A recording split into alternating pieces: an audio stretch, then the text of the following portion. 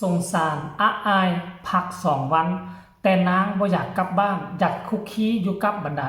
อ้ายแดนเซอร์แต่ก็จำเป็นต้องได้กลับเพราะต้องหับยาลำกลับมาเบิ่งบ้านว่าซั่นเด้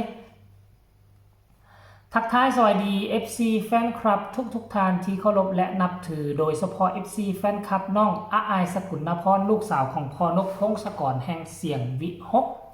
มาพบมาพ่อกับเจบอลาวคลิปนี้ช่วงสายบ่ายจะไปติดตามเหตุการณ์ที่มันเกิดขึ้นตั้งแต่มือวานนี้ช่วงสายบ่ายเนาะ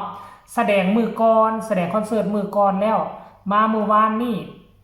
กับมือนี้เป็นมือที่หยุดงานวงหยุดบ่มีงาน2 วันเนาะบริการแม็กก็ได้ไปตามหาอาอายทั่วหลังเวทีว่าสันจักไปอยู่ไสตามไปตามมานั่งคุกคีอยู่กับไอ้แดนช็อกแดนเซอร์ศิลปินเกียมที่จะขึ้นรถทัวร์นางบ่อยากขึ้นรถตู้นางบ่อยากขึ้นรถบ้านนางอยากขึ้นรถทัวร์รถเมล์กลับบรรดาไอ้มันจึงสนุกมันจึงม่วนว่าซั่นงอแงบริการแม็กก็ซอกจนพบจนได้ได้อุ้มได้ลากขึ้นรถเบิ่งแม็กท่านผู้ชม FC แฟนคลับอันนี้คือความผูกพัน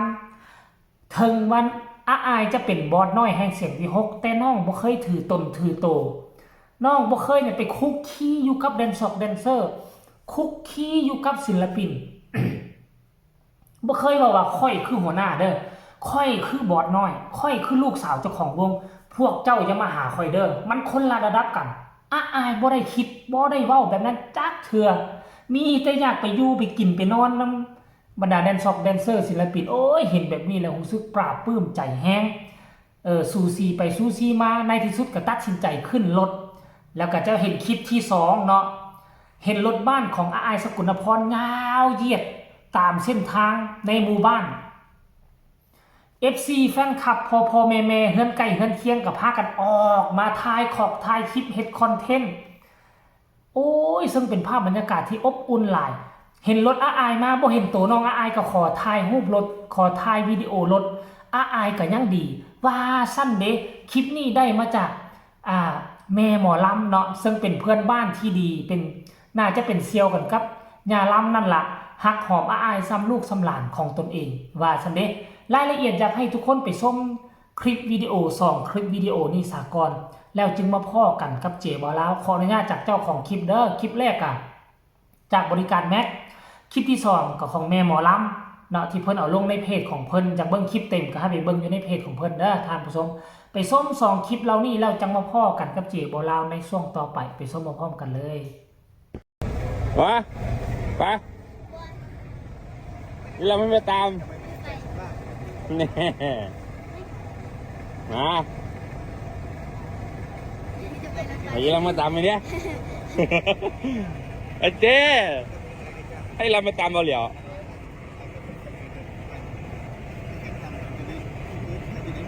นางเฝ้าเขาเบิดมือนี่มาขึ้นกับเฝ้าเบิดขึ้น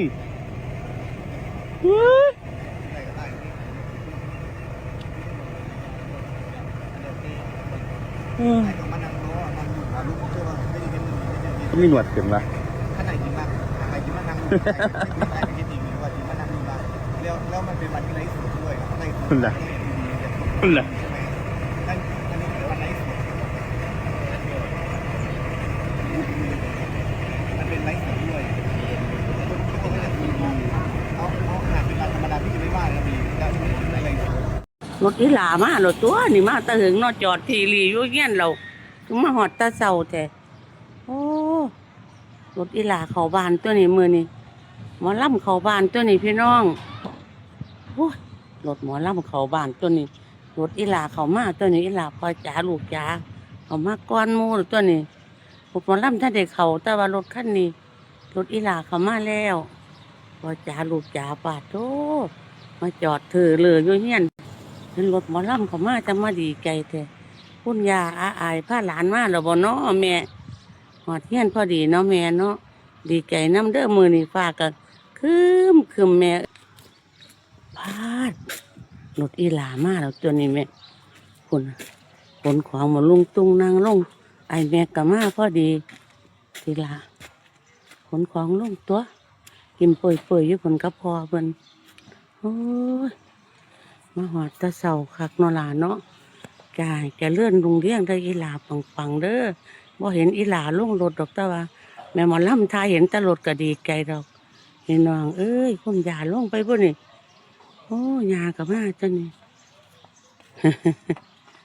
คนนี้เราลงรถเดียวกันในยาก็ได้จ้าฟาดงามาหอดเราบ่เนาะโอ้ยเข้าบ้านเด้อแม่เด้อจ้าขอบคุณมากอีหลาลงรถแล้วจ้าเห็นตารูปก็ดีใจดอกเนาะพี่น้องเนาะอีหลายิ้มเปื่อยๆอยู่กับพ่อจ๋าแล้วพุ่นน่ะโอ้ยสุดยอดเนาะหลาเนาะจ้าขอบคุณมากจ้าจังน้อยรถก็ไปพี่น้องสิถอยลุยไปเลี้ยวใจเนาะไอแม็ก